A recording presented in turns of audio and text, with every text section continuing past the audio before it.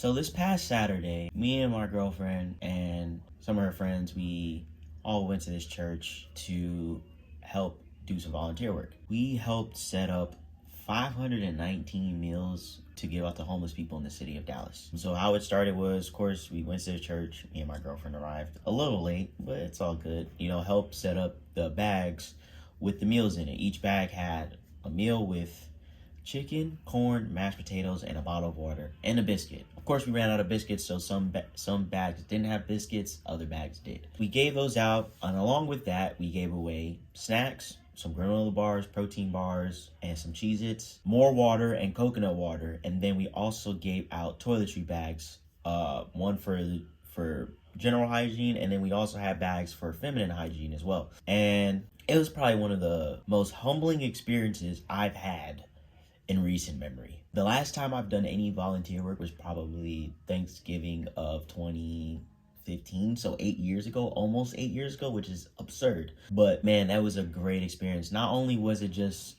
humbling and it put things in perspective, but it was actually a lot of fun, man. Like, for me personally, I'm the type of person, I love helping people, bro. Whether it be me fixing phones, making this content that people like, when I get feedback on it, um, helping somebody at work, something minuscule, whether it be like, hey, can you help me do this, do that? Like, I just enjoy helping people. So doing that was very rewarding. It was a real humble experience going out there and giving out food to people because, in life, we get so caught up in what we got going on and how crappy our lives can be when things go left. We complain about, oh, I gotta go get my car maintenance, or I gotta get a tire replaced, get an oil change. I broke my charger, or I gotta go fix my phone. I gotta do this, I gotta do that. All those problems don't compare to the problem of finding where you're gonna get your next meal from, when the next time you're going to bathe,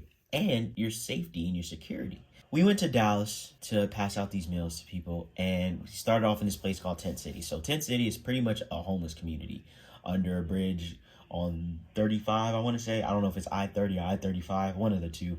But, and they have a whole homeless community down there. We probably ran into about 20, 25, 30 people out there. And then there was more just flooding in, not in packs, but just one by one, And it's crazy, they all have tents. They really resourceful because they use like bed frames and just scraps from old parts and pieces to, make sure the tents last and, make sure they have some sort of comfort, right? It's really eye-opening, man, because it's like, there's people out here that are really going through it, and we really don't know. Of course, like, you see your occasional homeless person on the street with a sign written out on a cardboard box that, hey, I want some money to buy some food. I want some food. Can you help me? This, and that, right? But it was the first time I've ever seen, like, a whole community of homeless people, and they were just so grateful and appreciative of the fact that that we're helping them out. Because just think about it, bro, they're pretty much the forgotten people of society. No one really cares for them. Like, think about it, bro. Like, sometimes I'll give money to homeless people, like I'll give them some spare change here and there, but like, no one really looks after them, bro. Like, they can barely look after themselves. Like, when you see them, I guarantee you 99% of y'all watching this video, when you see a homeless person on the highway, you're once you get off the exit and you're at the light trying to make your turn, whether you go left, right, and you see someone on the corner on the median, you're not even paying them no mind.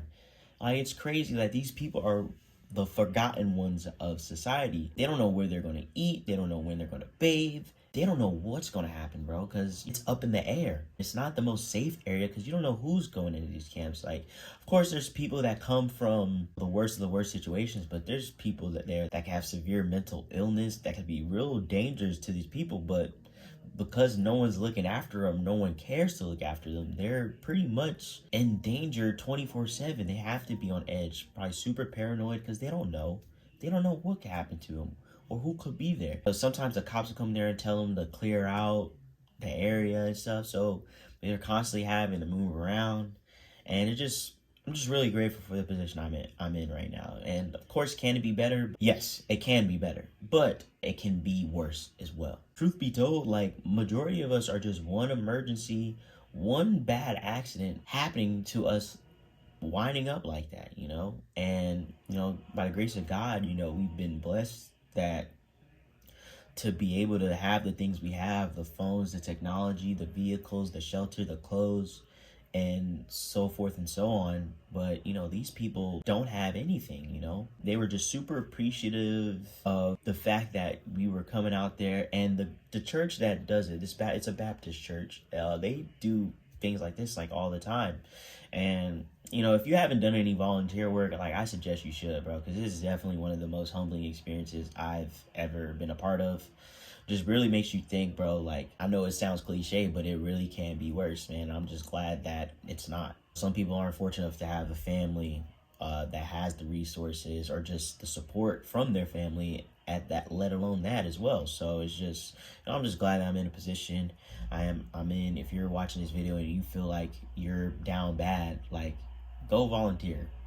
Go volunteer, do some work around the city or in poverty-stricken parts, and I guarantee you'll realize that you're not as down bad as you think you are, man. Because at least for us, we have the upside of getting better, you know. For them, they're as low as you can already go. And yeah, the only way is up, but if you don't know or you don't have the capacity because you have the things that hinder you, whether it's disability, mental illness, whatever the case may be, which some of these people have, or just they just been dealt bad cards, family, resources, and like all that together, that it put them in that situation. You know, you never know what these people are running. They could be running from something, somebody. They could be in danger. Like, there's just a bunch of factors that we don't consider when it comes to this thing. So I was just super grateful the fact that I'm able to do it. And it's just crazy because we're 10 minutes outside of downtown Dallas. Downtown, right? Very luxurious, high-rise penthouses and condos. You know, people drive nice cars, nice dinners, brunches, you know, enjoying. You have a great time out there, right? But literally less than 10 minutes south, you have a poverty-stricken town where there's high homelessness. You know, buildings are run down, boarded up, no resources, nothing to, you know, grow and build on, you know. So it was really a good experience, man. I think everybody should do it just to put their own lives in perspective. And once you do, you realize, like, man, like, I got it good. I can have it better, but I got it good, you know. And I'm not saying you got to do it all the time, but just do it.